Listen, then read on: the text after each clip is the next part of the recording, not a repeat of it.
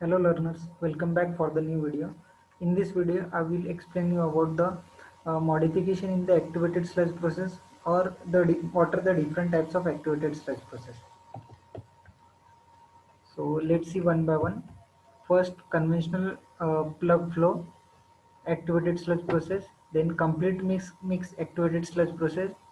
अ, ये दोनों activated sludge process के डिजाइन हमने लास्ट वीडियो में भी देखे हैं.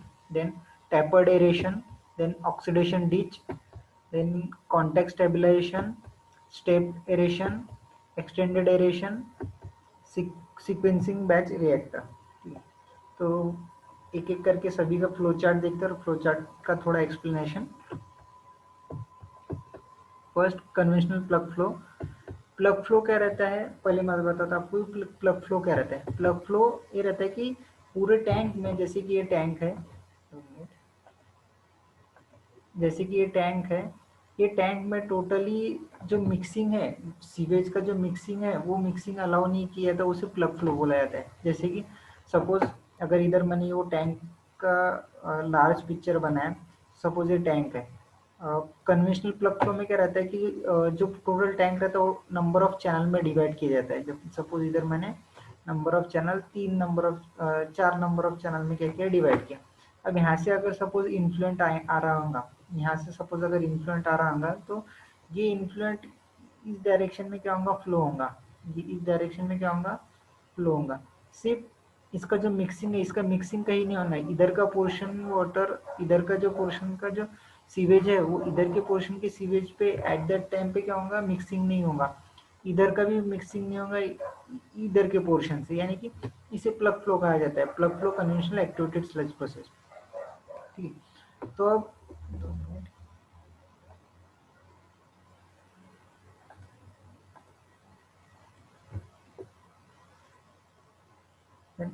अब इसमें क्या प्रॉब्लम आता है कि जब कन्वेंशनल प्लग फ्लो है, तो ये पॉइंट की तरफ जो रहेंगे, at the point of inlet की तरफ ऑक्सीजन डिमांड क्या है, ज़्यादा है, और ऑक्सीजन सप्लाई क्या है, वो भी ज़्यादा ही है. यानी थ्रू आउट द टैंक क्या रहता है, ऑक्सीजन सप्लाई क्या रहता है, कांस्टेंट रहता है.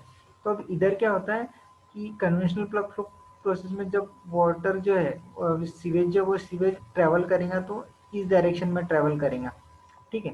तो जब हेड पे रहेंगे यानी इनलेट पॉइंट पे रहेगा, तो ऑक्सीजन डिमांड क्या रहेंगी, ज़्यादा रहेंगी. क्योंकि एंट्रेंस पे क्या रहने वाला, इनलेट पे क्या रहने वाला कि ऑर्गेनिक मैटर ज़्यादा है.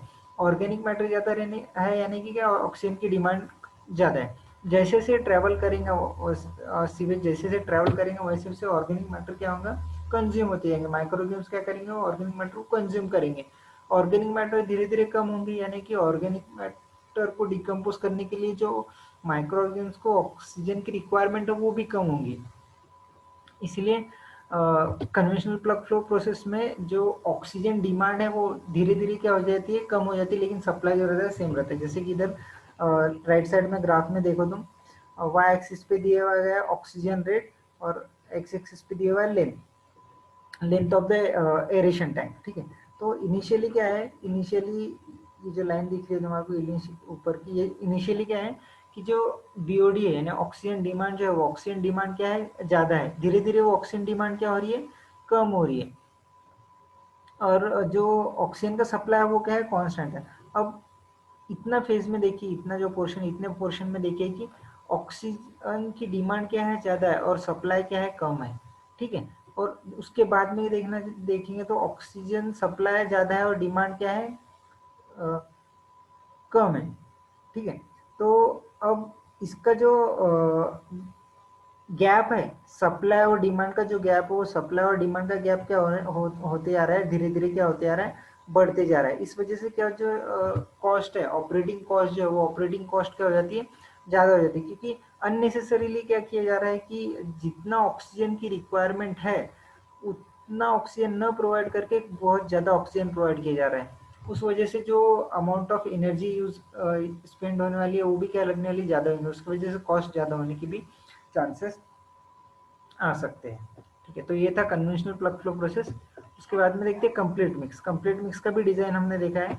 देन कंप्लीट मिक्स में क्या रहता है कि जो एरेशन टैंक रहता है वो एरेशन टैंक में जो सीवेज रहता है वो सीवेज थ्रू आउट मिक्स रहता है। ये इसमें का जो सीवेज रहता है वो मिक्स ही हो, एरेशन के वजह से क्या होता है या फिर मिक्सिंग डिवाइसेस के वजह से क्या होता है, कंप्लीट मिक्स में रहता है। यानी ये पॉइंट का जो सीवेज रहता है वो कभी भी ये पॉइंट पे आ सकता है, ये पॉइंट का सीवेज कभी भी इस पॉइंट पे आ सकता है, उसे कंप्लीटली मिक्स यानी यूनिफॉर्मली मिक्सिंग अचीव रहती है टोटल एरेशन टाइम में, उसे completely mix aeration completely mix activated sludge process बोला जाता है। 2 मिनट रुकिए।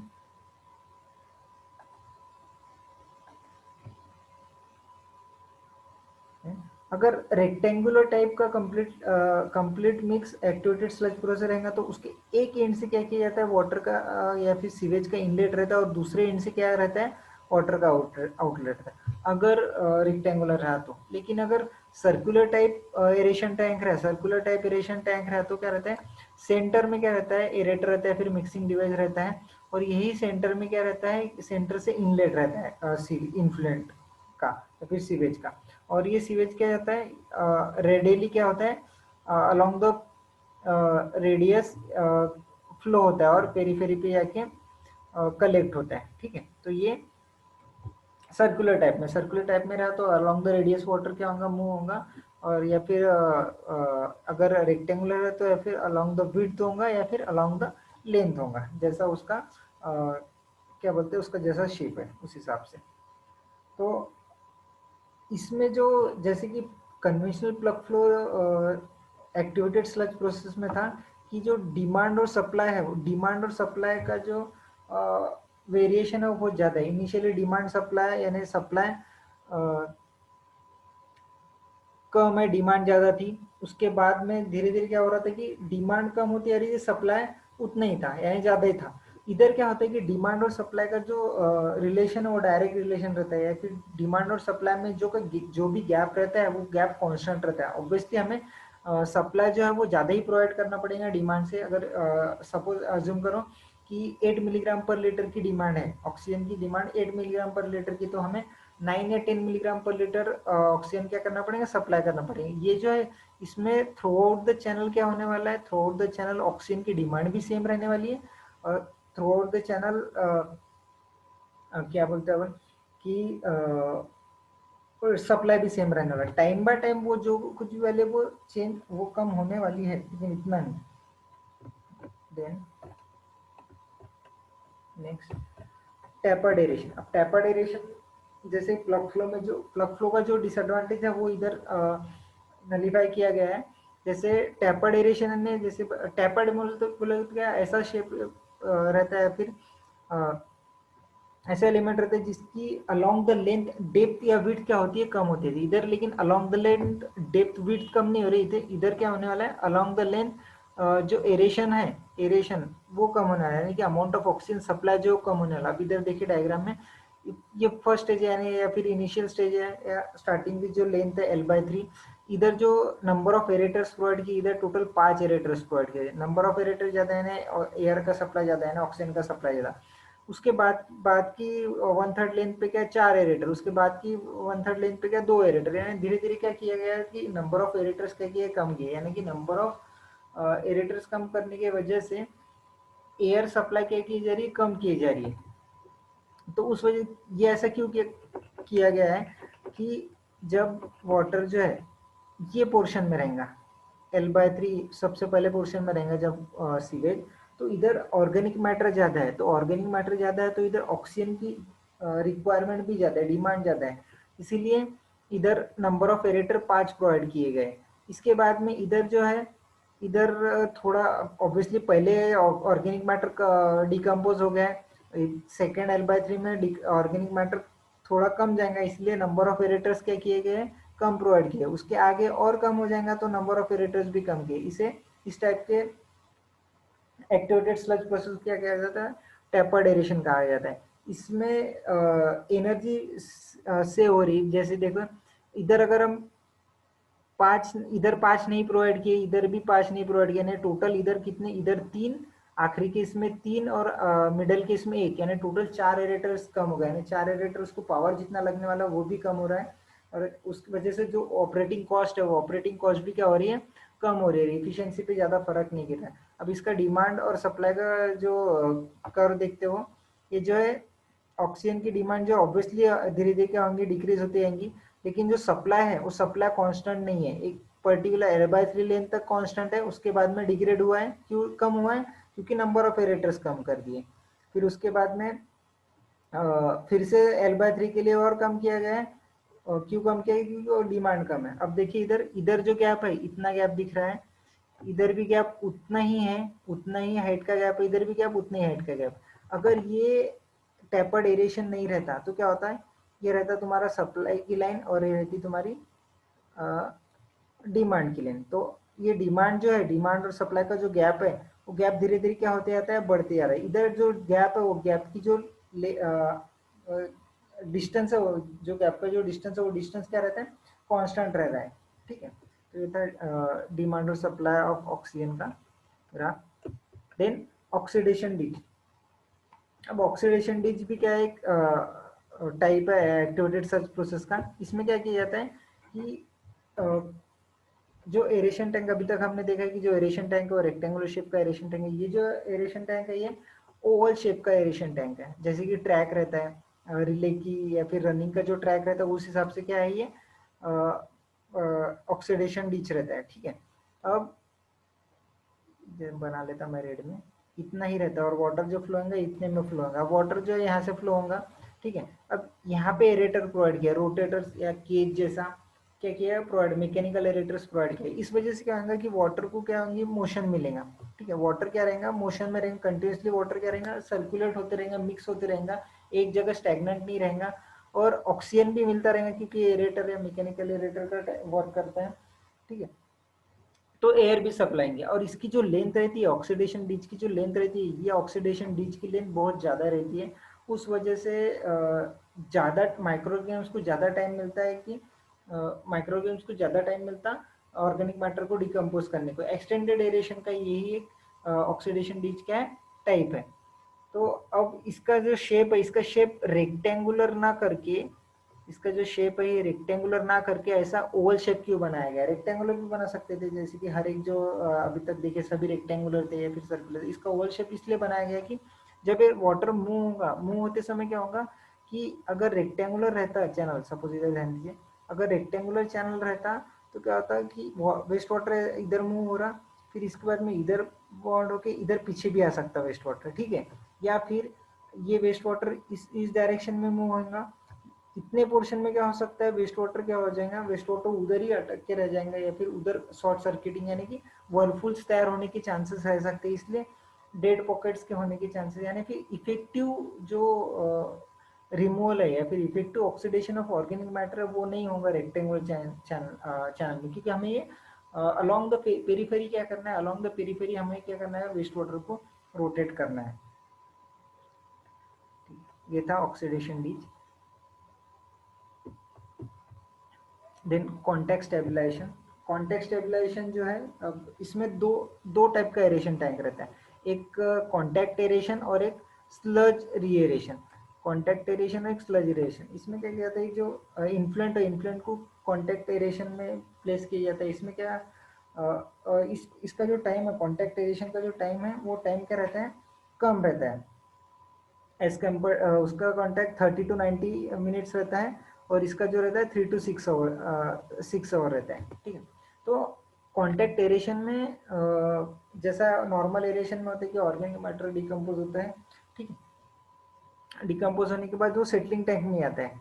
सेटलिंग टैंक में जाने के बाद जो सेटल होता है वो सेटल स्लज को रिटर्न किया जाता है स्लज रीएरेशन में, स्लज रीएरेशन टैंक में। ये स्लज रीएरेशन टैंक में क्या किया जाता है, जो रिटर्न स्लज है, जो सेकेंडरी सेटलिंग टैंक में जो स्लज सेटल हुआ वो स्लज को क्या किया जाता है, एरेट किया जाता है, एरेशन किया जाता है।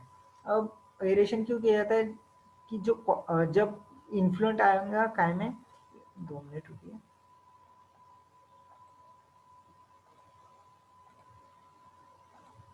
जो इन्फ्लुएंट आएगा एरेशन टैंक में, ये एरेशन टैंक में क्या होगा, जो माइक्रो ऑर्गेनिम्स रहेंगे वो माइक्रो ऑर्गेनिम्स क्या करेंगे, ऑर्गेनिक मैटर को एब्जॉर्ब कर लेंगे। ठीक है, एब्जॉर्ब करेंगे, एब्जॉर्बिव पावर की वजह से एब्जॉर्ब करेंगे, और ये जो ऑब्जर्व किया वो ऑर्गेनिक मैटर है, माइक्रो ऑर्गेनिज्म्स ने, वो स्लज एरेशन में क्या करेंगे, लूज करेंगे और वहाँ पे क्या करेंगे, स्टेबलाइज करेंगे, वहाँ पे उनका डिकम्पोजिशन करेंगे। क्योंकि एरेशन टैंक में हमने टाइम क्या किया है, बहुत कम टाइम प्रोवाइड किया, इसलिए सबका सभी की सभी जो ये है ऑर्गेनिक मैटर का डिकम्पोजिशन वो इधर नहीं होने वाला है, इसलिए बाकी का जो डिकम्पोजिशन होता है वो इधर होता है स्लज एरेशन में। और इधर डिकम्पोजिशन होने के बाद क्या होता है, जो एब्जॉर्ब किया वो ऑर्गेनिक मैटर वो लूजन होता है, फिर डिस्टेबलाइज हो जाता है। उस वजह से डिस्टेबलाइज होने की वजह से जो माइक्रोऑर्गेनिज्म की जो एब्जॉर्प्टिव प्रॉपर्टी है वो फिर से रीगेन हो जाती है, और फिर उसे क्या किया जाता है, कॉन्टैक्ट रिएक्शन टैंक में रिसर्कुलेट किया जाता है। ये था कॉन्टैक्ट स्टैब्लिशन। कॉन्टैक्ट स्टैब्लिशन में सिंपली क्या है, दो बार एरेशन किया जाता है। एक बार एरेशन टैंक में एरेशन किया जाता है रिटर्न एक्टिवेटेड स्लज का प्लस एमएलएसएस का यानी कि सीवेज का, और दूसरी के जो रिटर्न एक्टिवेटेड स्लज है उसका ही उसका एरेशन किया जाता है। Then step aeration. अब स्टेप एरेशन जैसे कि स्टेप बाय स्टेप हमें एरेशन करना पड़ेगा, या फिर स्टेप बाय स्टेप हमें वाटर सप्लाई करना पड़ेगा। अब जैसे देखिए इधर अब जो ये एरेशन टैंक दिख रहा है, ये एरेशन टैंक में नंबर ऑफ चैनल है, ये एक चैनल, ये दूसरा चैनल, ये तीसरा चैनल, ये चौथा चैनल, ये पांचवा चैनल, पांच, टोटल 5 चैनल है इधर।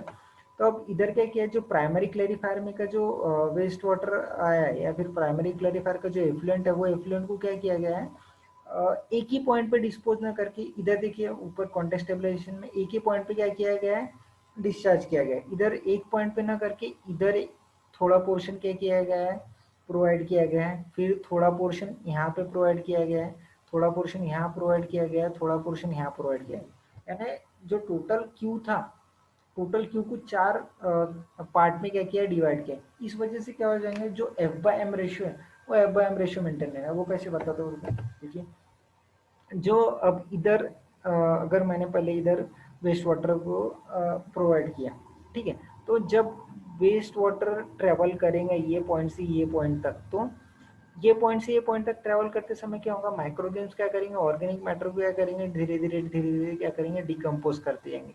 तो ये पॉइंट से ये पॉइंट तक आने तक जो फूड है यानी ऑर्गेनिक मैटर है, वो ऑर्गेनिक मैटर क्या हो जाएगा, कम हो जाएंगे, और माइक्रोऑर्गेनिज्म तो काउंट तो बढ़ते जाएंगे, फिर माइक्रोऑर्गेनिज्म का काउंट तो उतना ही रहेगा।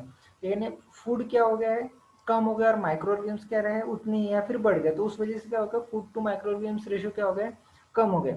तो अगर इधर दूसरा एक इनलेट दिया, या फिर दूसरा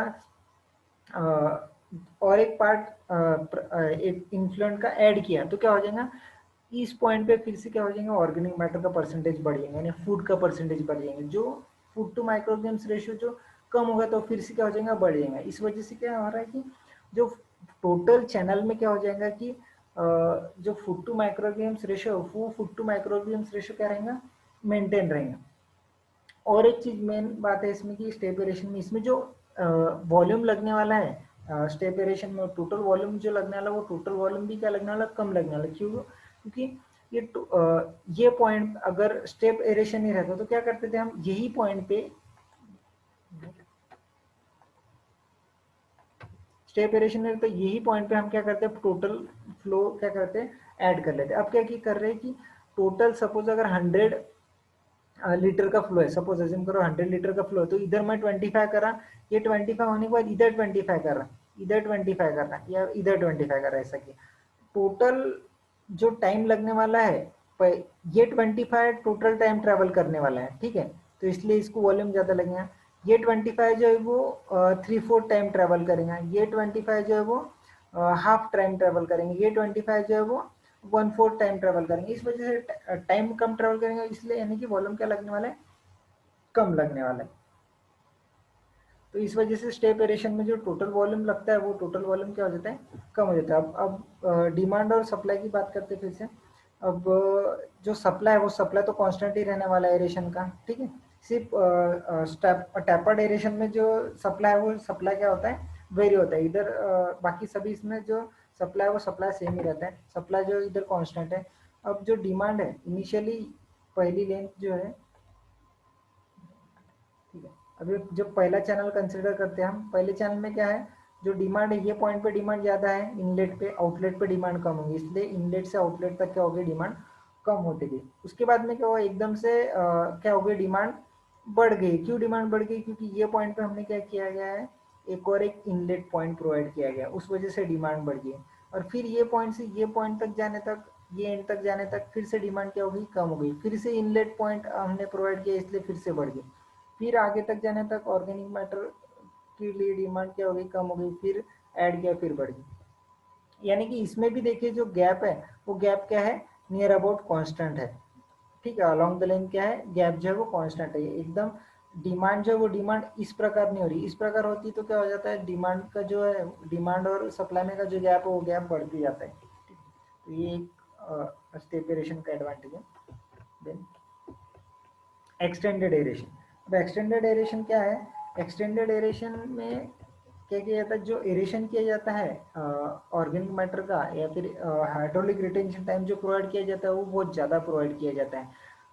ज़्यादा प्रोवाइड इसलिए कि ज़्यादा प्रोवाइड किया जाता है, यानी सपोज है ये एरेशन टैंक है, ये एरेशन टैंक में हम सब जो टाइम प्रोवाइड करने वाले हैं नॉर्मल से, या फिर कन्वेंशनल एक्टिविटीज स्लज प्रोसेस है, या फिर completely mix activities sludge process में जो टाइम लगना है उससे ज़्यादा टाइम क्या करते हैं हम एक्सटेंडेड एरेशन में क्या करते हैं, प्रोवाइड करते हैं। और फूड टू माइक्रोऑर्गेनिम्स रेशियो क्या रहता है, वो लो रहता है। क्यों फूड टू माइक्रोऑर्गेनिम्स रेशियो लो रहता है, वो इसलिए रहता है कि अब टाइम जो है वो एरेशन का जो टाइम है वो ज़्यादा है। एरेशन का टाइम ज़्यादा रहने की वजह से क्या होगा, धीरे धीरे ऑर्गेनिक मैटर का कंजम्पशन डिकम्पोजिशन चालू हो जाएगा। तो डिकम्पोजिशन चालू होते से क्या होगा कि जो फूड है, वो फूड की क्वांटिटी कम हो जाएंगी, और माइक्रोऑर्गेनिम्स की क्वांटिटी क्या होगी, धीरे धीरे बढ़ जाएंगी। उस वजह से जो फूड टू माइक्रोऑर्गेनिम्स रेशियो है वो हमेशा फूड टू माइक्रोऑर्गेनिम्स रेशियो इसमें क्या रहता है, कम रहता है। और इसको एक्सटेंडेड एरेशन इसलिए बोला जाता है कि जो एरेशन पीरियड है वो एक्सटेंड किया जाता है नॉर्मल या फिर कन्वेंशनल एक्टिवेटेड स्लज प्रोसेस के कंपैरिजन में, इसीलिए इसे एक्सटेंडेड एरेशन कहा जाता है। और एक चीज़ है कि जो रिटर्न स्लज है, इसमें कई कई जगह एक्सटेंडेड एरेशन में रिटर्न स्लज जो है वो ओमिट किया जाता है, स्किप किया जाता है। वो क्यों किया जाता है, क्योंकि जो टाइम प्रोवाइड कर रहे हैं इसमें, जो टाइम प्रोवाइड कर रहे हैं इसमें टाइम बहुत ज़्यादा प्रोवाइड कर रहे हैं हम, इसीलिए जो माइक्रोऑर्गेनिम्स का जो मल्टीप्लिकेशन है वो यही एरेशन टैंक में हो जाएगा। इसीलिए हम और M L S S concentration या फिर M L V S S concentration बढ़ाने के लिए रिटर्न एक्टिविटी स्लज को नहीं करते। और एक इसका एडवांटेज है कि इसके लिए हमें प्राइमरी सेटलिंग टैंक भी प्रोवाइड करने की ज़रूरत नहीं है। और एक एडवांटेज ऐसा है कि जनरली ये जो एक्सटेंडेड एरेशन प्रोसेस है, वो extended aeration process generally pre fabricated package plant के लिए प्रोवाइड करें, जैसे स्मॉल कम्युनिटी के लिए प्रोवाइड, अगर waste water treatment system provide करनी तो उस केस में हम क्या कर सकते हैं, activity extended aeration activity process क्या कर सकते हैं, प्रोवाइड कर सकते हैं। देन लास्ट है sequencing batch reactor. Sequencing batch reactor का सबसे बड़ा और सबसे मेन एडवांटेज ये है कि एक ही टैंक में सभी की सभी प्रोसेस होती है। एक ही टैंक में सभी की सभी प्रोसेस है। एक ही टैंक में एरेशन होता है, एक ही टैंक में फिलिंग होता है, एक ही टैंक में सेटलिंग होता है, एक ही टैंक में डिकेंटिंग होता है, एक ही टैंक में आइडलिंग होता है। अब ये क्या है, फिलिंग क्या रहता है, जब वेस्ट वाटर आया है प्राइमरी सेटलिंग टैंक के बाद, जो वेस्ट वाटर है वो रिएक्टर टैंक में क्या हो रहा है, फिल हो रहा है, उसे फिलिंग कहा जाएगा। देन ये फिलिंग का जो टाइम रहता है, वो फिलिंग का टाइम 3 आवर्स रहता है। ठीक है, 3 आवर्स फिलिंग का टाइम रहता है। उसके बाद फिलिंग हो गया, एक बार कंप्लीटली फिल हो गया, वेस्ट वाटर कंप्लीटली फिल हो गया, तो फिर उसके बाद में प्रोसेस रहती है रिएक्ट की यानी एरेशन दिया है हमने, एरेशन सब प्रोवाइड किया है। तो इधर के अंदर जो रिएक्ट टाइम में या फिर रिएक्ट स्टेप में, एक्चुअली ऑर्गेनिक मैटर का डिकम्पोजिशन रिएक्ट स्टेज में होता है। अब ये इसका जो टाइम रहता है वो डिटेंशन टाइम रहता है वो 2 आवर्स। 2 आवर्स में क्या होता है, जो ऑर्गेनिक मैटर है उनका डिकम्पोजिशन होता है, और ऑर्गेनिक मैटर क्या होता है, स्टेबल होते हैं। फिर उसके बाद में वही टैंक में क्या किया जाता है, एरेशन स्टॉप किया जाता है, और एरेशन स्टॉप करने के बाद उसको सेटलिंग के लिए प्रोवाइड अलाउ किया जाता है। जो वेस्ट वाटर है जिसका डिकम्पोजिशन हुआ है ऑर्गेनिक मैटर का या फिर ऑक्सीडेशन हुआ है, उसको सेटलिंग के लिए अलाउ किया जाता है 30 मिनट्स के लिए, यानी 0.5 आवर्स के लिए क्या किया जाता है, सेटलमेंट के लिए अलाउ किया जाता है। सेटलमेंट होगा कि डिकेंटिंग करना पड़े। डिकेंटिंग यानी जो सेटलमेंट होगा, सेटलमेंट होने के बाद क्या होगा, जो स्लज है वो स्लज बॉटम में कलेक्ट होगा, और बाकी का पोर्शन जो है वो ऊपर जो है वो सुपर नेटेंट, वो सुपर नेटेंट को हमें क्या करना पड़ेगा, ड्रॉन आउट करना पड़ेगा, डिकेंट करना पड़ेगा, उसे डिकेंटिंग कहा जाता है। अब वेस्ट वाटर क्या कर दिया हमने, जो सुपरनेटेंट और सुपरनेटेंट क्या कर दिया, बाहर निकाल दिया, और स्लज है वो स्लज को क्या कर दिया, डिस्पोज कर दिया। अब ये प्रोसेस के बीच में और दूसरी फिलिंग के प्रोसेस के बीच में, यानी डिकेंटिंग और फिलिंग के प्रोसेस के बीच में जो टाइम रहता है या फिर जो स्टेप रहती है उसे क्या कहा जाता है, आइडियल स्टेप कहा जाता है। ठीक है, तो ये आइडियल स्टेप थी। और और मोस्टली सीक्वेंसिंग बैच रिएक्टर एक के लिए एक स्टैंड बाय क्या रहता है, टैंक रहता है। यानी कि अगर